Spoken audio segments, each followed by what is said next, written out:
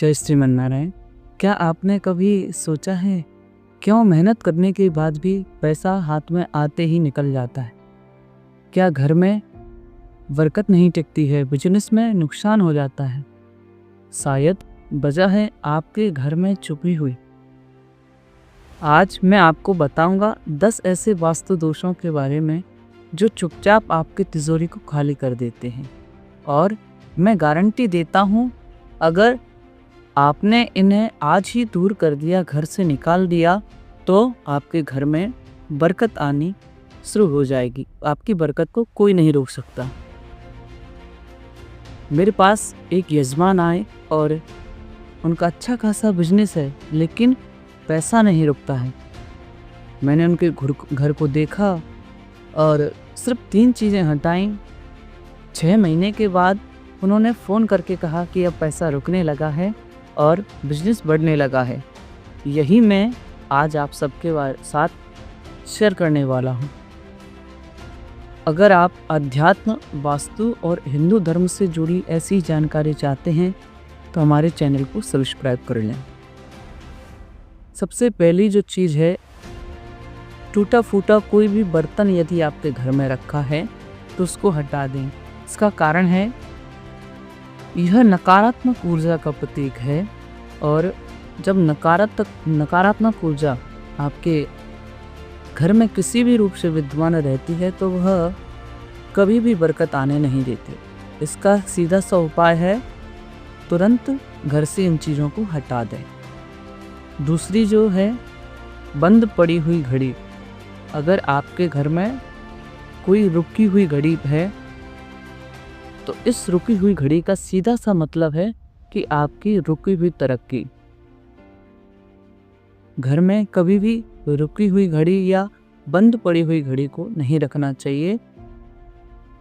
इसको या तो आप बैटरी बदल दें या इस घड़ी को हटाकर नई घड़ी लगा दें।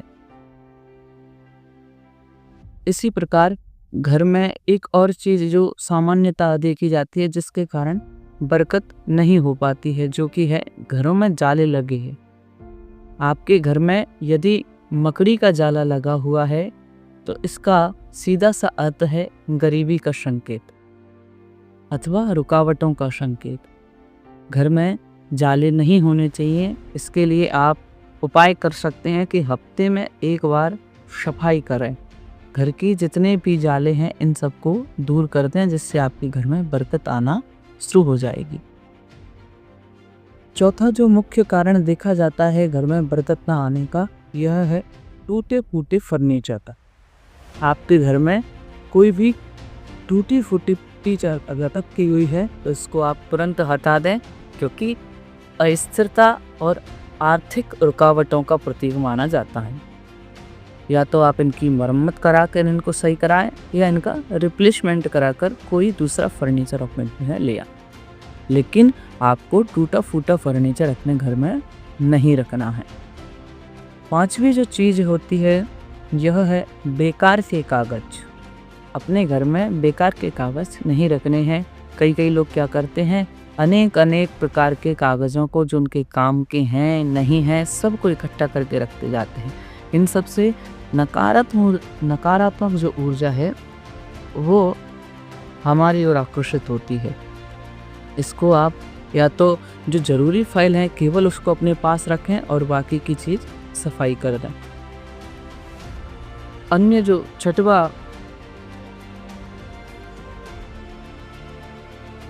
छठवीं जो वस्तु है जो हमारी बरकत में रुकावट उत्पन्न करती है, यह है घर में पड़ा हुआ बेकार का इलेक्ट्रॉनिक्स का सामान। यदि हमारे घर में खराब टीवी है, खराब मिक्सर पड़ा है, तो यह क्या है, बोले ये ऊर्जा कम करते हैं और इनको तुरंत हटा देना चाहिए। टूटा हुआ आईना भी हमारे घर में नहीं होना चाहिए। यह दरिद्रता और मानसिक तनाव का प्रतीक होता है। इसको तुरंत हटा दें।